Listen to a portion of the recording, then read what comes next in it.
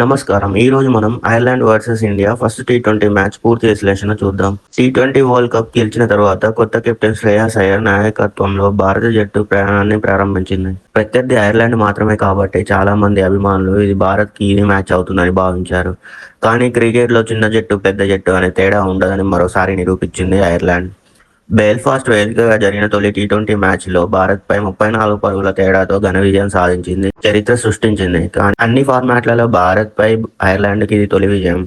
అసలు ఈ మ్యాచ్లో భారత్ ఎక్కడ తప్పు చేసింది? ఐర్లాండ్ ఎలా మ్యాచ్ని తన వైపు తిప్పుకుంది? ఎవరు హీరోలు, ఎవరు విలన్లు?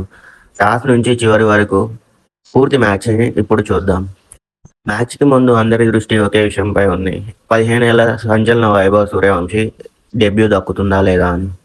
కానీ కెప్టెన్ శ్రేయాస్ అయ్యర్ మాత్రం సీనియర్స్ పైనే నమ్మకం ఉంచాడు. వైభవ్కు తుది జట్టులో చోటు దక్కలేదు. టాస్ గెలిచి భారత్ ముందుగా బౌలింగ్ ఎంచుకుంది. బెల్ఫాస్ట్ పిచ్ ను పరిశీలిస్తే కొత్త బంతికి కొత్త స్వింగ్ ఉంటుంది. కానీ మ్యాచ్ కు ముందుకు సాగే కొద్దీ బ్యాటింగ్ సులభంగా మారుతుంది. అందుకే మొదట బౌలింగ్ చేయడం సరైన నిర్ణయంగానే అందరూ భావించారు. ఆ సమయంలో ఎవరికి తెలియదు ఈ నిర్ణయమే చివరికి భారత జట్టుకు అతిపెద్ద పరీక్షగా మారుతుందని. ఐర్లాండ్ ఓపెనర్లు జాగ్రత్తగా ఇన్నింగ్స్ ప్రారంభించారు. భారత బౌలర్లు మొదటి నుంచే లైన్ అండ్ లైన్ అద్భుతంగా బౌల్ చేశారు. కొత్త బంతితో హర్షదీప్ సింగ్, హర్షిత్ రాణా ఇద్దరు పూర్తిగా ఒత్తిడి పెంచారు.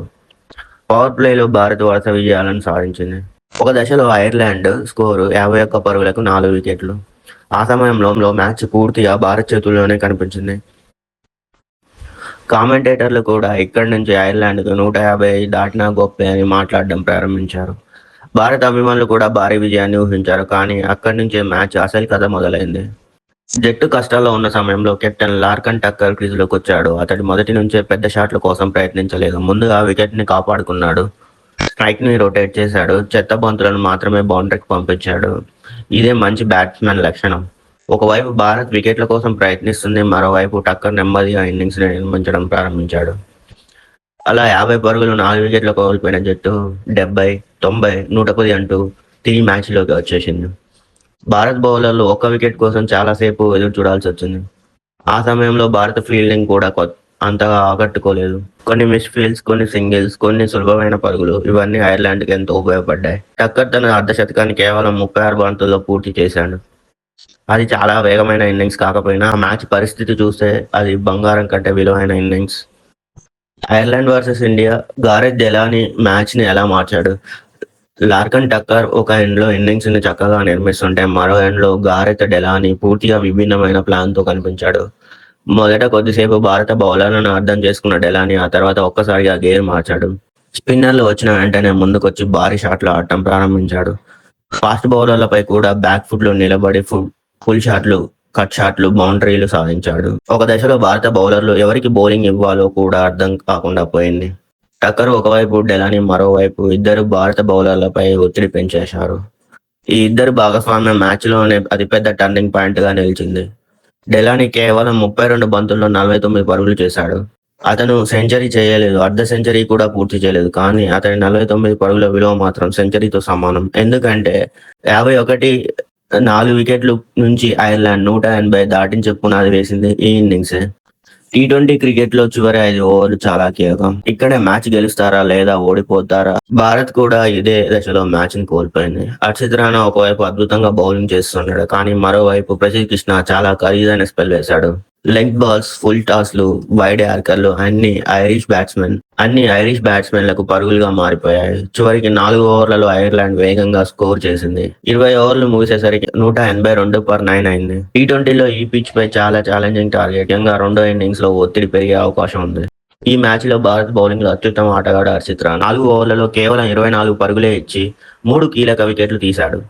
కొత్త బంతితో 1 వికెట్, మిడిల్ ఓవర్లలో వికెట్, డెత్ లో కూడా వికెట్. ప్రతి దశలో తన పని అద్భుతంగా చేశాడు. హర్షదీప్ సింగ్ కూడా ఆరంభంలో మంచి లైన్ అండ్ లెంత్ బౌలింగ్ చేశాడు. కానీ మిగతా బౌలర్ల నుంచి ఆశించిన స్థాయిలో సహకారం రాలేదు.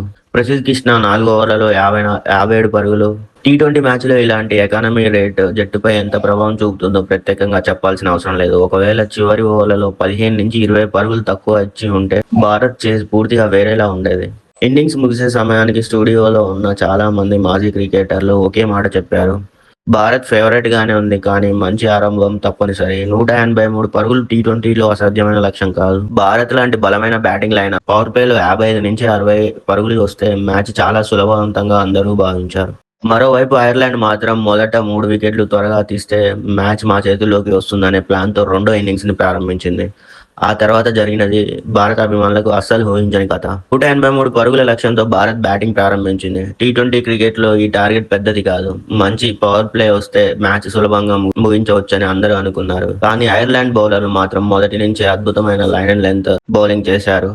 భారత ఓపెనర్లు ఒత్తిడి పెంచుతూ డాట్ బాల్స్ ని ఎక్కువ వేయడం ప్రారంభించారు. ప్రతి పరుగు కోసం బ్యాట్స్మెన్ కష్టపడాల్సి వచ్చింది. అప్పుడే ఒక ఎండ్లో వికెట్లు పడుతుండగా మరో ఎండ్లో ఒక ఆటగాడు పూర్తిగా మ్యాచ్ ని మార్చేసే ప్రయత్నం చేశాడు. ఆ ఆటగాడే అభిషేక్ శర్మ. అభిషేక్ శర్మ క్రీజ్ లో వచ్చిన దగ్గర నుంచి మ్యాచ్ స్వరూపమే మారిపోయింది. ఐర్లాండ్ బౌలర్లకు ఎలాంటి గౌరవం ఇవ్వకుండా ఫాస్ట్ బౌలర్లపై ఫుల్ షాట్లు, కవర్ డ్రైవ్స్, స్పిన్నర్లకు భారీ సిక్సర్లు అలా అన్ని వైపులా షాట్లు ఆడాడు. కేవలం 20 బంతుల్లోనే అర్ధ సెంచరీ పూర్తి చేశాడు. ఆ సమయంలో భారత డ్రెస్సింగ్ రూమ్ లో కూడా ఆశలు మళ్లీ చిగురించాయి. అభిషేక్ ఉన్నంత వరకు మ్యాచ్ మనదే అని అభిమానులు కూడా సోషల్ మీడియాలో కామెంట్లు పెట్టడం ప్రారంభించారు. కానీ క్రికెట్ లో ఒక్క వికెట్ మ్యాచ్ ను పూర్తిగా మార్చేస్తోంది. అదే జరిగింది. అభిషేక్ శర్మ అవుట్ అయిన వెంటనే భారత్ ఇన్నింగ్స్ పూర్తిగా కుప్పకూలింది. టీ20 క్రికెట్ లో ఒక బ్యాట్స్మెన్ మ్యాచ్ గెలిపించలేడు. టీ20 క్రికెట్లో ఒక బ్యాట్స్మెన్ మ్యాచ్ ని గెలిపించలేడు. కనీసం 2 లేదా 3 బ్యాటర్లు కలిసి బాధ్యత తీసుకోవాలి. కానీ ఈ మ్యాచ్లో అభిషేక్ శర్మ తప్ప మిగతా బ్యాటర్లు ఎవరు ఎక్కువ సేపు క్రీజులో నిలబడలేకపోయారు. పెద్ద షాట్లు ఆడే ప్రయత్నంలో వికెట్లు ఇచ్చేశారు. కొంతమంది ఒత్తిడికి లోనయ్యారు. మరికొందరు ఐర్లాండ్ బౌలర్ల కట్టుదిట్టమైన బౌలింగ్ కు సమాధానం చెప్పలేకపోయారు. అదే సమయంలో ఐర్లాండ్ ఫీల్డింగ్ కూడా అద్భుతంగా ఉంది. ప్రతి క్యాచ్ ని పట్టారు, ప్రతి పరుగును కాపాడారు. ఇదే మ్యాచ్ లో పెద్ద తేడా. అభిషేక్ అవుట్ అయిన తర్వాత రన్ రేట్ ఒక్కసారిగా పెరిగిపోయింది. ఒత్తిడిలో భారత్ బ్యాట్స్మెన్ వరుసగా వికెట్లు కోల్పోవడం, ఐర్లాండ్ బౌలర్లు ఒక్క క్షణం కూడా భారత్ కు అవకాశం ఇవ్వలేదు. భారత్ 148 పరుగులకి ఆల్అౌట్ అయిపోయింది. ఐర్లాండ్ 34 పరుగుల తేడాతో చారిత్రాత్మక విజయాన్ని నమోదు చేసింది. మ్యాచ్ ముగిసిన వెంటనే బెల్ఫాస్ట్ స్టేడియం మొత్తం సంబరాల్లో మునిగిపోయింది. ఆటగాళ్లు ఒకరినొకరు ఆలింగనం చేసుకున్నారు. ఎందుకంటే ఇది కేవలం ఒక విజయం కాదు, భారత్ పై అన్ని ఫార్మాట్లలో సాధించిన మొట్టమొదటి విజయం. మ్యాచ్ టర్నింగ్ పాయింట్స్ విషయానికి వస్తే 51కి 4 వికెట్ల నుంచి టక్కర్ డెలానీ భాగస్వామ్యం. అక్కడ భారత్ మరో 2 వికెట్లు తీసి ఉంటే ఐర్లాండ్ 140 పరుగులు కూడా చేయకపోయేది. డెత్ ఓవర్లలో అదనంగా వచ్చిన పరుగులు. చివరి ఓవర్లలో ఐర్లాండ్ చేసిన అదనపు 20-25 పరుగులే తర్వాత భారత్ పై ఒత్తిడిని పెంచాయి. అభిషేక్ శర్మ వికెట్. ఈ ఒక్క వికెట్ మ్యాచ్ ని పూర్తిగా ఐర్లాండ్ వైపుకు వెళ్ళింది. మిడిల్ ఆర్డర్ వైఫల్యం. టీ20 మ్యాచ్లో ఒక్క బ్యాట్స్మెన్ తో విజయాలు రావు. ఈ మ్యాచ్ లో అదే స్పష్టంగా కనిపించింది. ఇప్పుడు చూడాలి, రెండో టీ20లో భారత్ బలంగా తిరిగి వస్తుందా లేక ఐర్లాండ్ మరోసారి సంచలనం సృష్టిస్తుందా. ఈ మ్యాచ్లో భారత్ ఓడిపోవడానికి ప్రధాన కారణాలు ఏమిటి? బౌలింగ్, బ్యాటింగ్, కెప్టెన్సీ లేక టీమ్ సెలెక్షన్? మీ అభిప్రాయాన్ని కామెంట్లో తప్పకుండా తెలియజేయండి. వీడియో నచ్చితే లైక్ చేయండి. ఇలాంటి పూర్తి క్రికెట్ విశ్లేషణ కోసం మా ఛానల్ని సబ్స్క్రైబ్ చేయండి. మళ్ళీ మరో ఆసక్తికరమైన వీడియోతో కలుద్దాం. నమస్కారం.